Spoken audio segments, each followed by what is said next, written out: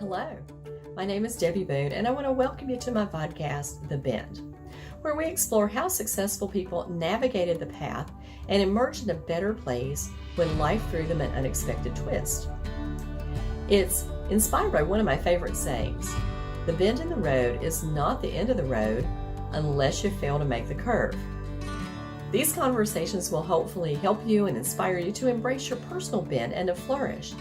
I hope you enjoy it, and if you need help with your own personal navigation and you're in veterinary medicine, please feel free to reach out to me at Debbie Boone to Manage Vets Consulting. Enjoy the bend and be inspired by our wonderful guest. Welcome.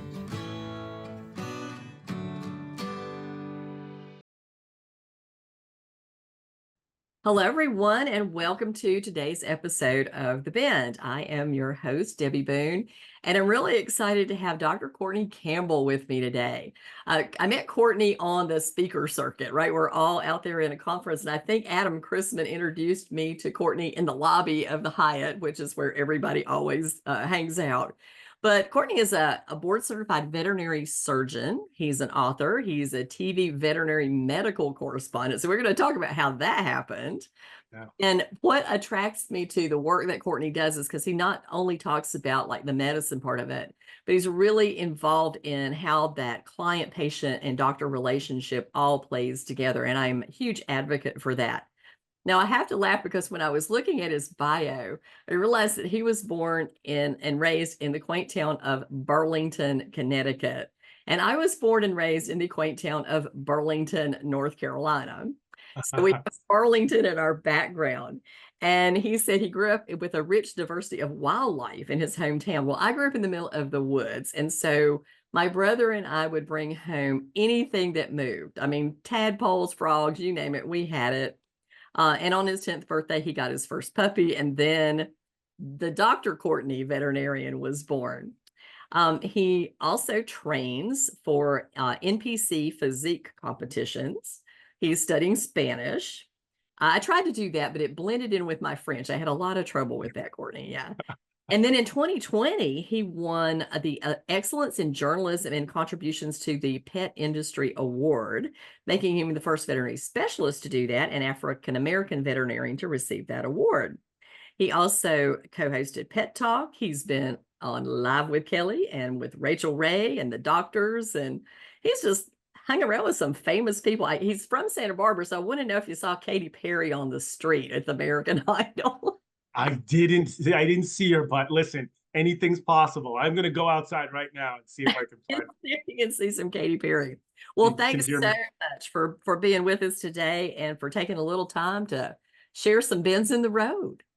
Yeah, thank you so much for having me. This is an honor. It's something I've been looking forward to all week long. You hit on some elements of my bio that I'm like, oh, geez, I need to get back to that, or I really should improve on that. So I'm just listening to you like, oh boy, it's a little embarrassing, but yeah, it's been a fun journey. And if anybody who's in the early part of their career, anybody who's listening, you should be excited because the journey has so many off ramps and sometimes hurdles, but then exciting, unexpected events. And that's kind of been my story. It's like, I would say that when I was in vet school, if you asked me, where I would be, if you asked me when I was in vet school, do you see exactly what you envisioned? The answer would be no.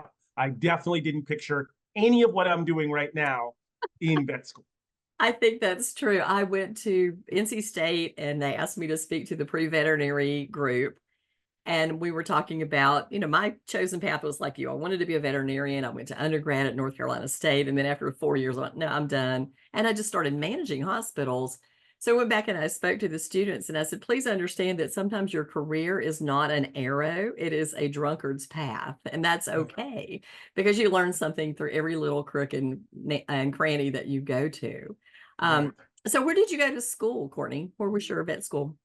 My vet school was Tuskegee University in Alabama, right? So you've got this kid, right, from Connecticut who grew up in the woods and then went to University of Delaware. So it's still East Coast. Mm-hmm. And then, you put him in the deep South, right? And then then I guess the shenanigans ensue, right? You're learning a different culture, different language, different colloquialisms, and you're hot a lot, right? So, Oh, I think at the end of the day, there's this tremendous amount of learning, right? And tremendous amount of stimuli coming at you like, okay, this is a brand new world, right? So, yeah, I can imagine.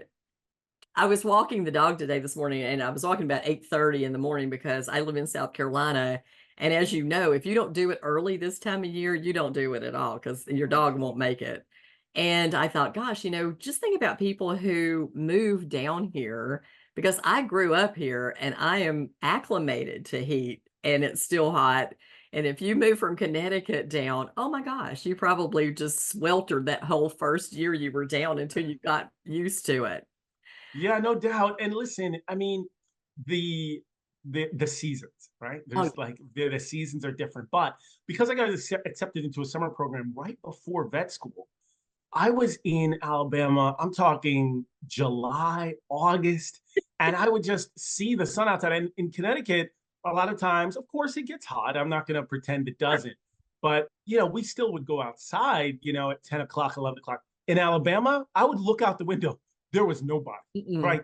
There was nobody outside. And I said, wow, that's kind of strange. And then I would step out there and I'm like, okay, I know exactly what's Around happening. and come back inside because you can Yeah. there and you can see waves of heat in the air that Oh, most definitely. off of the grass and not just the Yeah. pavement, but the grass is that hot. So yeah. Yeah, and I liked, when I was younger, I mean, I was just like any young kid. I was into the nightlife a little bit, right? And so you would go to these parties out in, parking lots or clubs or something like that. And some of these clubs, I'll be honest, they did not have the best AC. So you might as well bring like electrolytes, salt tablets, a gallon of water, because at the end of the night, you're going to need an IV, a liquid IV, just because you're so dehydrated. So these clubs would get super hot. These what we call, I guess, we call them parking lot parties now. But everything would just be so hot. So yeah, a lot of adjustment, a lot of fun, but it was an amazing 4 years. That's great. That is great. So tell me how you got from Connecticut to Tuskegee to California because that's definitely a zigzag.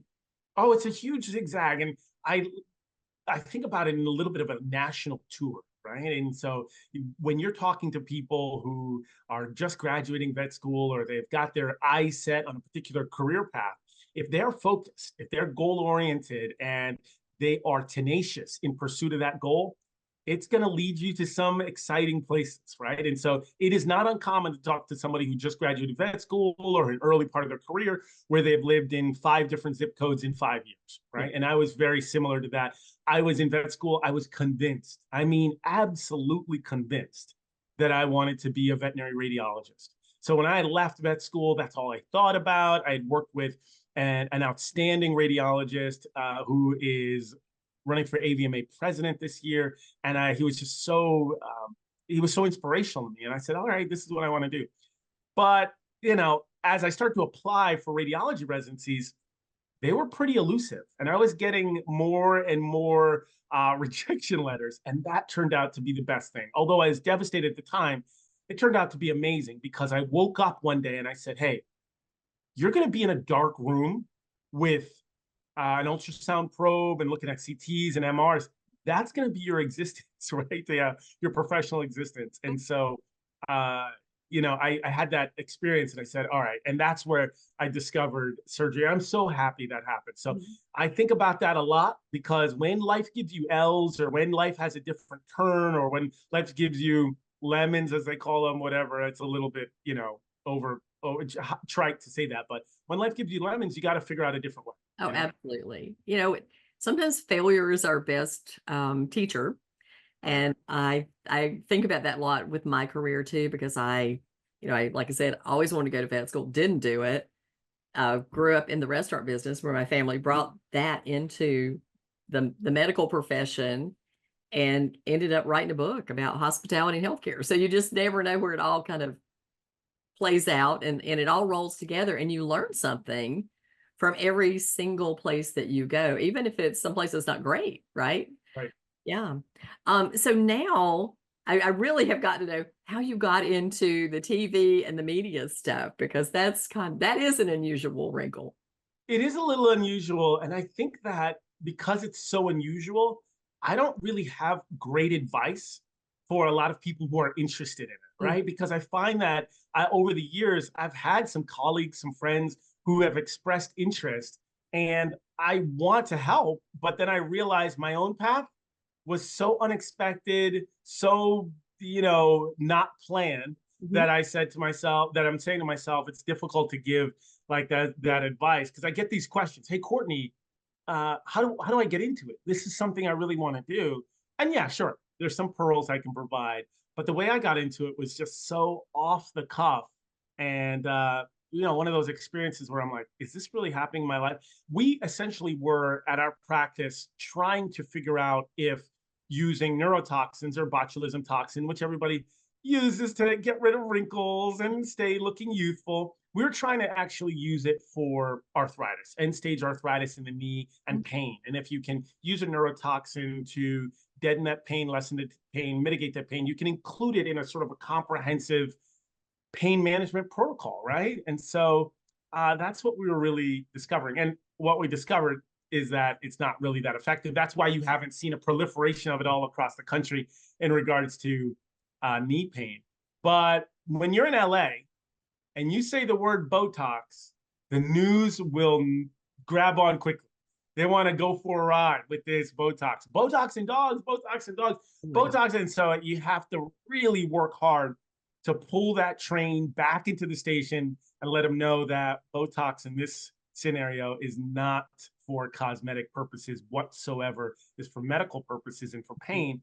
And when I started to explain that, one of the producers was like, "Hey, thank you for putting that in such a cogent, in sort of a well articulated and plain speak. Mhm. Plain speak in terms of how you're describing them." And I said, "Well, I appreciate that." And he said, "Could you do that in studio?" I said, "Sure." And then that one appearance blossomed into 12 or 15 of them, right? So there is at that time, though, at that time, what they really wanted to see, media really wanted to see, was previous events you've done, previous content you've done. And now everybody on their phone has that ability. Right. So when people ask me, "Hey, how do I get into it? How do I really want to indulge in health communication?" I always tell them that, the majority of producers and talent recruiters would like to see previous content you've done. And the cool thing is, you've got a social media account to do it. Mhm. Yeah, I want to go back to that, because when somebody asks you to do something and you said, "Can I do it?" and you said, "Sure." Now you've not done it before.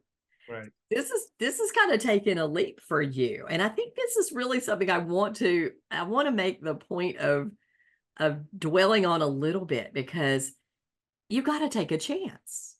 And there are You've so got to many take a people chance. who would have said, "No, I've never done that before, so I can't do it now."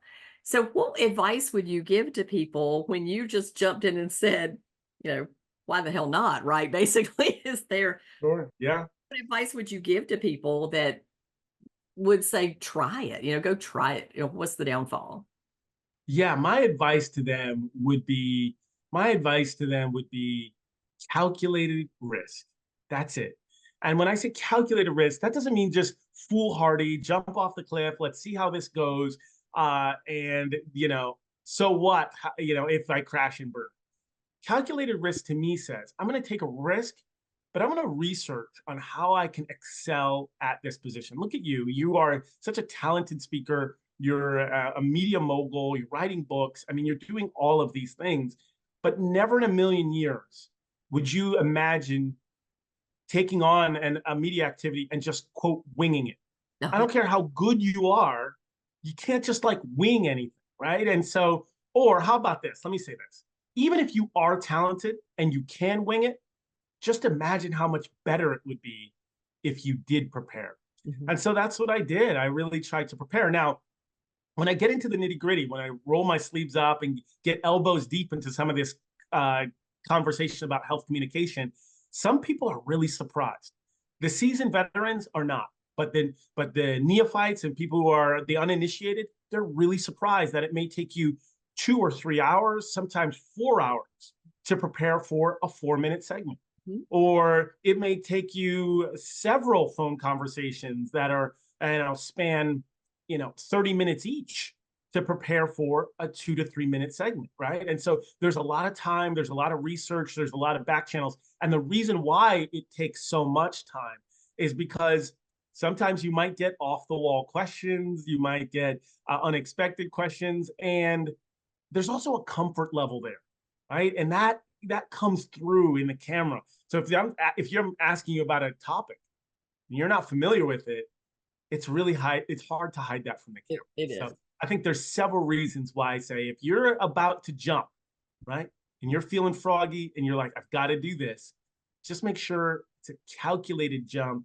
and it's an educated jump. Yes. Yes, that's true. I mean, there's time. You have to do the work in the backs on the back side in order to look like you know everything on the front side. And even as a speaker, and of course you present at conferences and you're talking about a lot of different things, but even if you're talking about a surgical procedure, you're going to get very technical questions from the audience, and you have to be prepared from that. And for me, typically what I'm speaking about is communication, client service stuff. I know that I'm going to get some scenario that says, we had this client that did this. And Right. what would you do about that? And some of them you're like, whoa, that's really pretty tough question. And then you start to ask the questions so you can get some clarification there. But I'd love to ask this question of you, Courtney. So you've obviously been successful, and for those of you who don't know, he is currently starting his own practice. And so he's in the middle of doing all this entrepreneurial building. But what would you consider to be your biggest career mistake at this point in the game? Oh, my biggest career mistake. That's a great question. I would say the biggest career mistake I made was um, my biggest career mistake, I think, was timing. I kind of messed up the timing a little bit. People say I have no regrets in life and everything worked out the way that it could have. I see where they're coming from, right? Because you don't take any losses, they're learnings, Mhm. right? And so you learn with each opportunity. But my timing, I didn't coordinate it well. And so when I was asked to do a media opportunity, which seemed like the opportunity of a lifetime, I couldn't turn it down. And that was that show, The Doctors, that I just described, where I was on talking about Botox. I remember being in my parents' living room at the time because my mom absolutely loved the show The Doctors. And I remember sitting at the dining room table and she's like, I love this show. And I said, I get that. And I said, I like it too. How cool would it be is instead of a panel of MDs, it was a panel of DVMs, a panel of veterinarians talking about topics contemporaneous to pet health and veterinary health. I said, that would be a cool show. Well, I didn't know at the time I was in the dining room that I would end up being on the show The Doctors, right? It's like, holy cow. So it felt like a full circle moment, but it was actually only half a circle. The rest of the circle came later. The team from The Doctors, they ended up leaving and they started a new show. And that new show was called Pet Talk. And that show Pet Talk was going to be loosely based on The Doctors, except instead of MDs, they were going to have two veterinarians and a wildlife expert. And they asked me to host the show. So now, from a point where I was in my parents' living room to thinking about now I'm going to be hosting a show that I had envisioned all the way in Connecticut, it felt like such a tremendous moment. But there was trouble ahead because as I took that opportunity, I also had to study for the surgery board exam. Oh, And the biggest mistake I could ever imagine was thinking that I could study for the exam and host a show on national television at the exact same time. wow. I said, I could do this. I couldn't do it. It was way too difficult. And the first time I took the test, and mind you, keep in mind now, I was devastated at the time, like physically and emotionally devastated. But I can laugh about it now. But the first time I took that test, I did not pass, and it did not go well. There were 3 parts, and I only passed one of them. And so I was like beside myself, right? Because I'm thinking, I can't believe, you expect a certain level of success, and it didn't happen. So I would just say that my biggest career mistake is when I talk about taking an educated jump, a calculated risk, I just miscalculated. Yeah. And I think that's what happened. Yeah, just a little more timing, a gap in that between those two major things. But sometimes it comes like that. And I think that's the hardest part in life is to pick and choose those times and to pick which one, right? Because you had the opportunity to pick either of those and not to try to do both of those. And I find that the same time there's a lot of opportunities. I'm sure you get a lot of opportunities. I'm like, that sounds like so much fun. I really want to do that. And then I look at reality and go, I don't physically have the hours to do that. And I need to discipline myself to go, no, I've got to prioritize what I really, really, really love and do more of those things and do less of the things I can do, but I don't love to do. And that, of course, comes with age, which you are not there yet, but I'm very close. so tell me a little bit about networking, because I'm a huge believer in networking, and I love that I have a vast network of friends in veterinary medicine that I can call and go, tell me about this, or what do you think about that? Um, and we met at a networking event actually after the lobby thing, because we were at a hound event, I think, and we had a conversation together. So tell me, how has that really helped you in that, you're speaking? I know a lot of people like to think, oh, I would like to go be a speaker. Some people think, oh, I would like to be on TV, but Right. yeah, but they don't want to network, Yeah. right? Yeah, networking is great. And I definitely have heard people talk about your network is your net worth. I feel like that's a little bit crude because people aren't there for simply transactional purposes, right? We're here to make friends, build connections, and build trust. And so I truly believe that your network is, for me, uh, a, a network is what I describe as your social fabric, right? I believe that it is truly your social and professional fabric, and we make up a rich tapestry of veterinary medicine, which allows all of us to thrive. Some people look at it as a hub and spoke, where you're in the center and you have a bunch of connections that can branch into other connections. But what I look at it as mainly nodes on a large sheet, on a nodes on a fabric, right? There's not one center point. We're all interconnected, and no one of us is any larger than any other. We're all connected, and when there's disconnect, you'll see holes in the fabric, and that's where you'll lack support. And so I think networking is so incredible, partly because it exposes us to things that we never knew we enjoyed, right? It enlightens us to things that are happening on the in the veterinary profession, and I just think it's beautiful. One of the main, one of the main focal points that I talk a lot about is, and this is the only word that pops into my head sometimes, is the word citizen. And when I think about what a good veterinary citizen is, it's like, one, the work you're doing, two, the connections you make, right? And then three, the way you give back, right? How are you giving back to the profession? And so many people are doing outstanding work, right? So many people are connecting with their communities.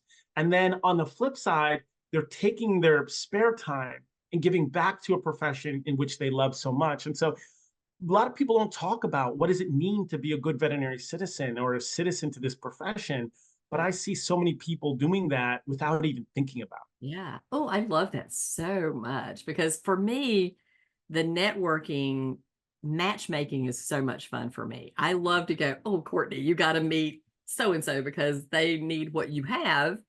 And Right. I know that they would like to meet you and make that connection. And so I love to put people together that I know. Yeah. And then the point that you're making about like giving back to the profession, I think is so important. We spend a lot of time in our profession wringing our hands and saying, oh, poor us. But I've always believed if you go in and you help somebody else, then you don't it's not about you, right? It's not all about you. It's about other people. And how can we help other people? So I don't know if you are aware, but at this point in the game, I am working with two friends to start an association for veterinary CSRs. Wow. So Yes, I did hear about that. Yeah. So we've started this nonprofit, and I laughed and said, I know why nobody did it before now because it's a lot of work and I bet. it is a tremendous amount of effort on the backside. But I'm so excited that our community realizes the value of the CSR position.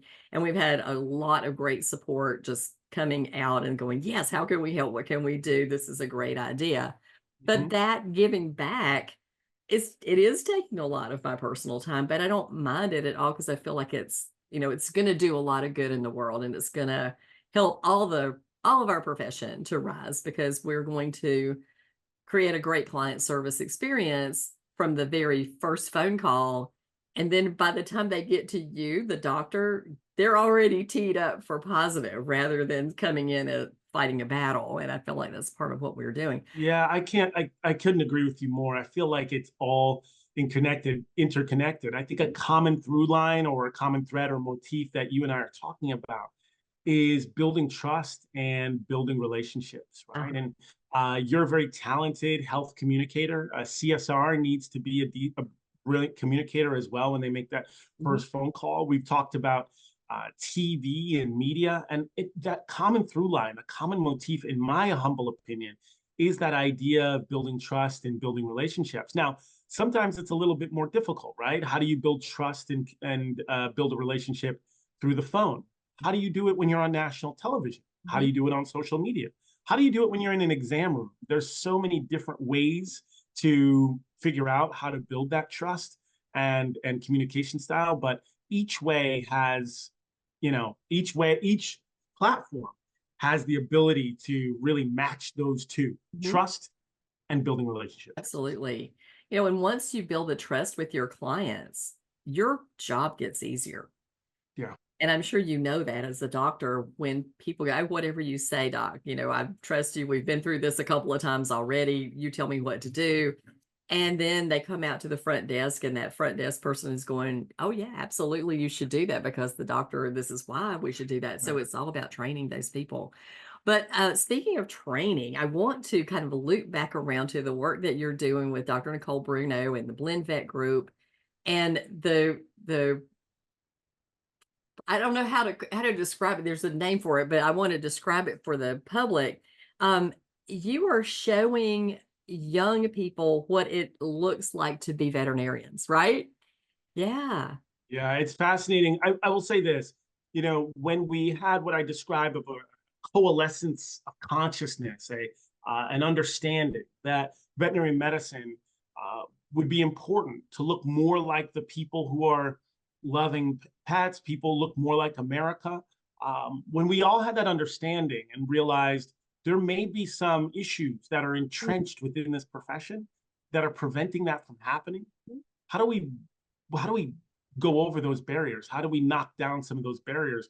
And we realized, sure, we could start where we are, right? We're as veterinarians within our own community, but we also realized we need to go further, earlier in Mhm. the pathway, earlier in the journey to becoming a veterinarian, and that's what Blend Vet is so talented at. Nicole Bruno, she's the CEO and founder of it, and it's about these pathway programs. Now, let me be clear: I'm also the communications chair for the DVMC, or Diversified Veterinary Medicine Coalition, and the DVMC is amazing too because they have three main pillars, which is one, educational grants, getting the young veterinarians and students to conferences so they can network, right? Because Mhm. we know how powerful networking is. Mhm. Scholarships, so decreasing financial burden. And then finally, internships, right? And so you've got these educational grant, scholarship, internship. Those are the three pillars. But that's for people later Mhm. in their educational journeys, close to being a veterinarian. What about for these kids when they're 8 or 10 years old, right? And so you bounce back to earlier in the pathway programs, and here you are.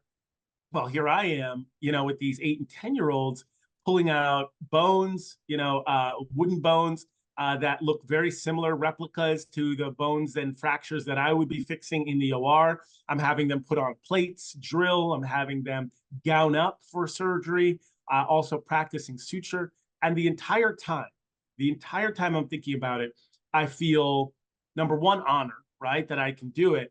I also think about my own experience about how no, I didn't have any programs like this whatsoever. I had never met a Black veterinarian until I actually, came to vet school. Mhm. And nobody taught me about animals or suturing or anything like that. So for me, it is so gratifying. It almost feels selfish, to be honest with you, because it fills me with so much joy to give back to these kids.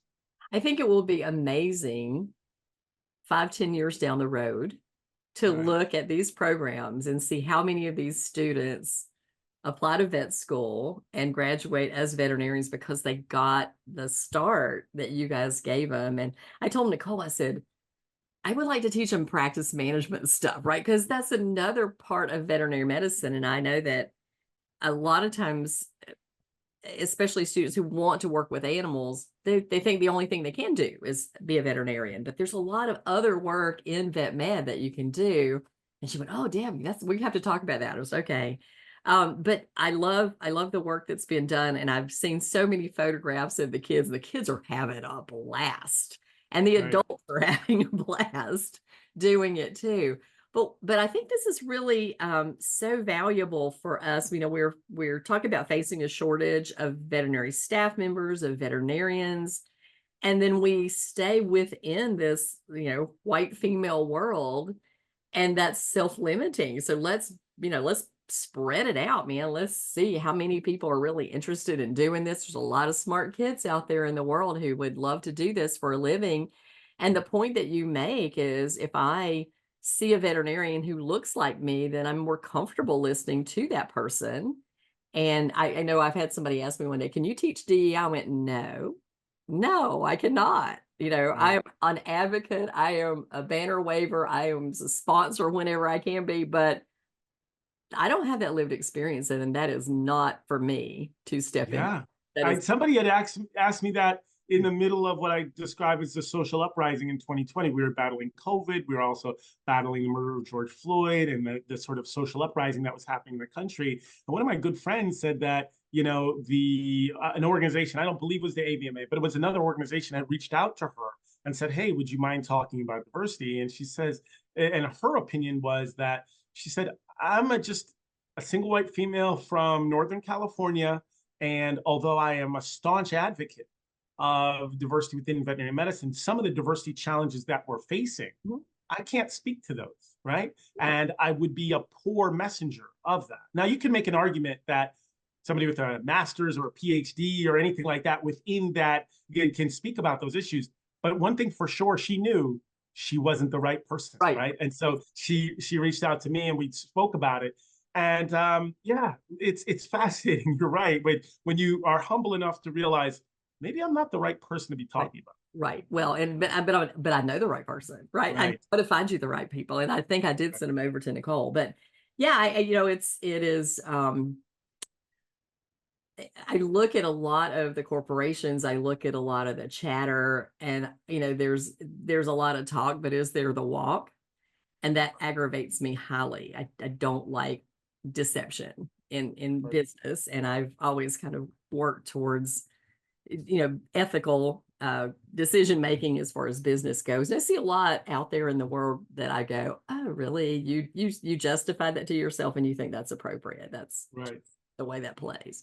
But I'm glad that the work is being done, and I'm excited to see the future of vet med. And I really I anticipate greater resilience in our profession coming forward than what we have right now too. And I feel like we have maybe limited ourselves a lot to people who really haven't had to go through much in their lives. You don't want to Yeah. lump the whole people into it, but like seriously, they really hadn't had a very hard time because there's a lot of talk about student loan debt. But then when you look at it, a great deal of the students who graduate have no debt. That's because their parents paid for their school. So there's a skewed perception of that. And one of Yeah. the things I will always remember this, and I can't remember if it was Nicole or Sharice Roth who said this in a lecture that I attended, and that is the hurdle oftentimes is the application to school because it costs a lot of money to apply to multiple schools, and then how do these kids from modest households afford that. Maybe that's where we need to start putting some money and some grants. Yeah. Yeah. Right, because like any good initiative, right? There's going to be people who are pushing back on those initiatives, and the blowback can be pretty fierce, right? Everything from the word diversity is now, can be a radioactive term. People don't necessarily want to say it. Mhm. People have difficulty understanding what exactly does equity even mean. Does Mhm. equity actually mean equality?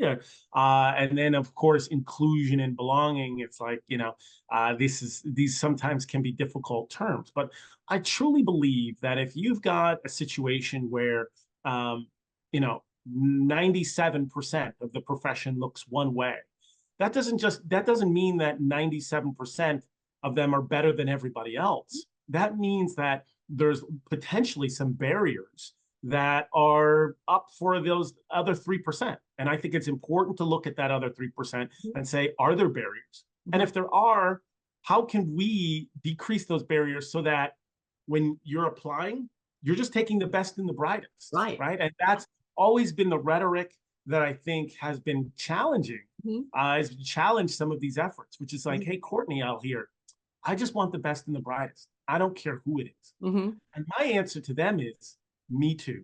Yeah. That's what I want. I want the best and the brightest as well. Yeah. And I think that the best and the brightest can come from a variety of places. It Mhm. doesn't just have to come from one place. And so I think if we open it up, right, to everybody, and you get the best and the brightest, and it ultimately turns out that it's everything's the same, sure. Yeah. But I agree with you 100%. Application to veterinary schools can be one of the most substantial hurdles that they have to Mhm. encounter. Yeah. Well, I was listening to a panel discussion at Vet Partners, and we were talking about the challenges of the veterinary shortage, and I remember because I have really honestly been doing this for 40 years and interviewing veterinarians. I started working in 1985 as a part-time CSR in a veterinary hospital. And I have truly interviewed hundreds of veterinarians. But years and years and years ago, probably before you were born, veterinarians had to take an interview. There had to be a personal interview. And then because it was easier just to look at grades, the interviews stopped. But the problem with that is this is a business that requires a great deal of peopling, and grades don't get it because truthfully, I can tell you, I at one point in time interviewed 35 veterinarians for a position Mhm. and did not choose the top students Wow. because they couldn't carry on a conversation. And the deans of the vet school used to come to our practice. We were kind of a show and tell practice for Novartis and a bunch of other things. And he said, Debbie, what do we need to teach students about practice management? And you got to figure this is like the 90s. And I'm, kind of a young and smart ass response. And I said, you don't need to teach them anything to work in my practice because I will manage this hospital, but you can teach them a Dale Carnegie course because they need to learn how to speak to the public. Ah. And all the deans just sat there and went, they didn't want to hear that. My boss just started laughing and left the room. He said, they didn't want to hear that. And I went, that's right. But it's the truth because it is a people business that serves medicine as its product.